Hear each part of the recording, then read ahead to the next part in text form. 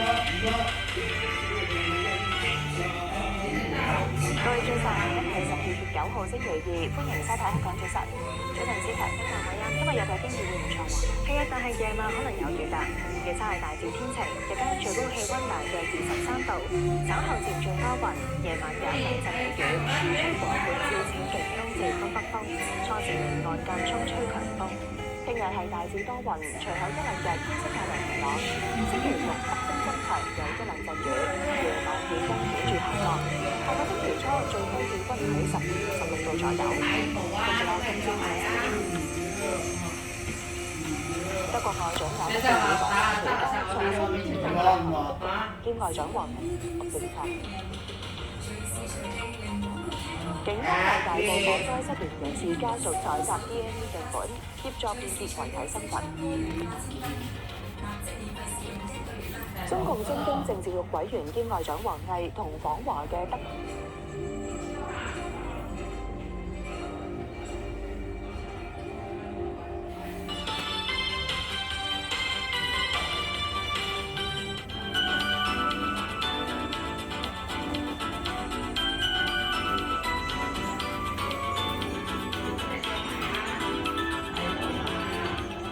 早晨，美股連升多日之後出現回吐，但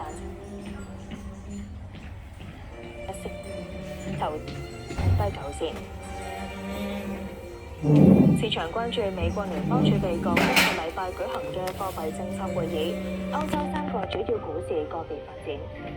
英國富時100指數收市報9645點，跌21點。法國 CAC 指數收市報8108點，跌6點。德國 DAX 指數收市報24046點，升17點。聯邦儲備初時離岸間中吹強風，聽日係大致多雲，隨後一兩日天色較為明朗。星期六北風增強，有一兩陣雨，夜晚氣温會顯著下降。下個星期初最低氣温喺15、16度左右。中緬泰三國繼續聯手打擊叛變集團，當局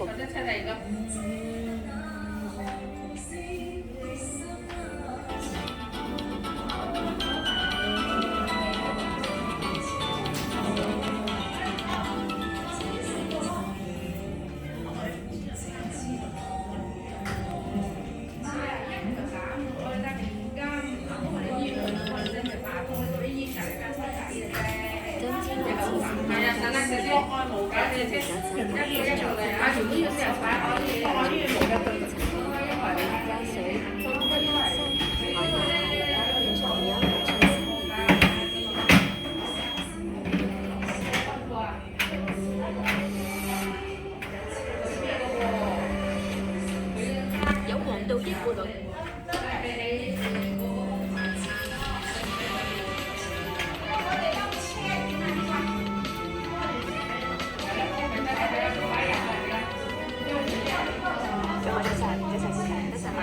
時間嚟到7點啦，我睇出天氣，預測大致天晴，日間最高氣溫約23度，稍後漸轉多雲，夜晚有一兩陣微雨，吹和緩至清勁東至東北風，初時離岸間中吹強風。聽日係大致多雲，隨後一兩日天色較為明朗。星期六北風增強，有一兩陣雨，夜晚氣溫顯著下降。下個星期初最高氣溫會喺15、16度。警方為大埔火災失聯人士家屬採集 DNA 樣本，同外長馬克爾訪華期間重新檢驗嘅中國政策。政府話已就具體證件已經獲出口許可豁免。警方為大埔火災失聯人士家屬採集 DNA 樣本，協助辨別遺體身份。中共中央政治局委員兼外長王毅同訪華嘅德國大使到個你死我活，成為守護天國合資格成員，進行機會瓜分權。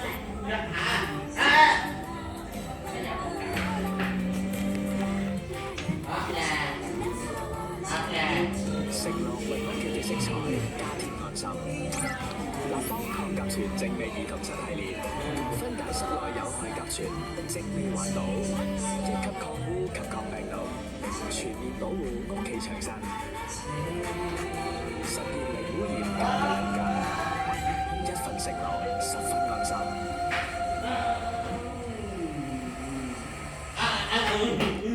喂，年輕人，有咩推薦我哋買樓啦？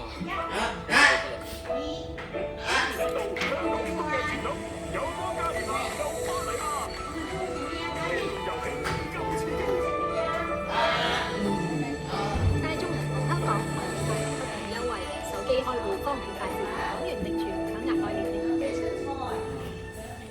有。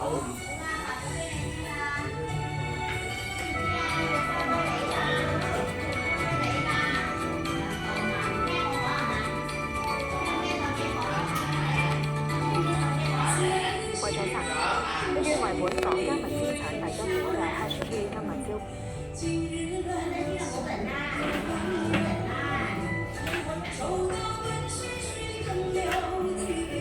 吹強風，展望聽日大致多雲，隨後一兩日天色較為明朗。星期六北風增強，有一兩陣雨，夜晚氣温顯著下降。下星期初最低氣温喺15-16度左右。詳細內容。美國同烏克蘭就和平相待嘅談判未遇突破，烏克蘭總統澤連斯基會歐洲多國領袖。法國總統馬克龍話有好多籌碼應對俄羅斯。德國總理默克16度左右。未見突破，烏克蘭總統澤連斯基會歐洲多國領袖。法國總統馬克龍話有。